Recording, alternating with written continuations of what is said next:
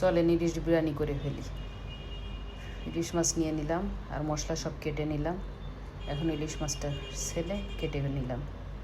আলু ভেজে নিচ্ছি, আলু আর বেরেস্তা দুটাই ভেজে রেখে দিলাম। এখন বাকি ইলিশ মাছ ভাজা। ওই যে ইলিশ মাছ ভাজা শেষ। এখন বাকি পেঁয়াজ, কাঁচামরিচ, লবণ এগুলো সব একসঙ্গে দিয়ে আমি কিছুক্ষণ নেড়ে চেড়ে নিলাম। তারপর দিয়ে দিলাম মশলা, বিরিয়ানির মশলা দিয়ে আবার কিছুক্ষণ নেড়ে চেড়ে এটার ভিতরে দিয়ে দিচ্ছি টমেটো এবং ধনিয়া পাতা দিয়ে আমি সুন্দর করে এইটা মশলাটা একেবারে মিশিয়ে নিব। মশলাটা পুরো মাখা মাখা করে নিব। মাখা মাখা শেষ। এখন ইলিশ মাছগুলো ঢেলে দিলাম, সে ভাজা ইলিশ মাছগুলা দিয়ে আমি এখন মিশিয়ে ফেলবো মশলার সঙ্গে ইলিশ মাছগুলা। তেল উঠে যাবে, তারপর আমি এটা শেষ করে ফেলবো। এই যে রেডি।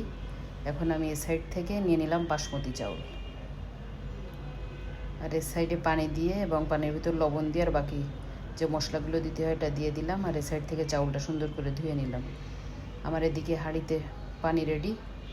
এখন দিয়ে দিচ্ছে চাউল, দিয়ে আমি অপেক্ষা করব সিদ্ধ হওয়ার জন্য। যে 70% সিদ্ধ হয়ে গেছে, এখন ঢেলে দিচ্ছি। এখন আমি মিশাবো হাঁড়িতে এক এক করে। আমি পুরা বিরিয়ানির যে তৈরির যে প্রসেসিংটা আমি এটা করে নিচ্ছি ধীরে ধীরে। বেরেস্তা দিয়ে, ঘি দিয়ে, তারপর আলু দিয়ে, আর দিয়ে দিলাম কেওড়ার জল, সঙ্গে হালকা ফুড কালার, শুধুমাত্র দেখার সুবিধার জন্য। আর সাইডে যে মাছটা আমি রেডি করে রাখছিলাম ওটা এখন আমি ভাতের উপরে দিয়ে দিব। এভাবে একটার পর একটা করে নিলাম। বাকি এটা হচ্ছে উপরের পার্ট, উপরের লেয়ারটা। বেরেস্তা দিয়ে দিলাম, তারপর ঘি, ওই একই প্রসেসিং অন্যগুলা যেভাবে করছি। এটাই মাছ যেহেতু, তাই আমি মাছটা উপরে দিয়ে দিলাম আর এক লেপ দিয়ে ঢেকে দিলাম 15-20 মিনিটের জন্য দমে। একেবারে অল্প আছে। দেখেন আমার বিরিয়ানিটা রেডি। এ সাইড থেকে আমি সালাদটা তৈরি করে নিচ্ছি। খিরাই কাটছি, টমেটো কাটছি, তারপরে সিদ্ধ ছোলা এটা দিয়ে দিচ্ছি। তারপর দিয়ে দিচ্ছি ফুঙ্গি, দিয়ে দিলাম হালকা পিঙ্ক সল্ট দিয়ে আমি এখন এটা মেখে নিব। হয়ে গেল আমার সালাদ রেডি।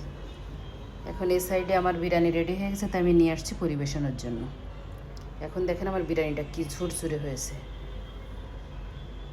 দেখেন একটার সঙ্গে একটা কিন্তু লাগে নাই। বিরিয়ানির সঙ্গে এখন আমরা সবাই মিলে একসঙ্গে খাবো। জয়তুন, সালাদ, তারপর মরিচ, এগুলো সব মোটামুটি প্রত্যেকের সাইডে দিয়ে দিয়ে এখন আমরা ফ্যামিলির সবাই একসঙ্গে মিলেই বিরিয়ানিটা উপভোগ করছি। এমন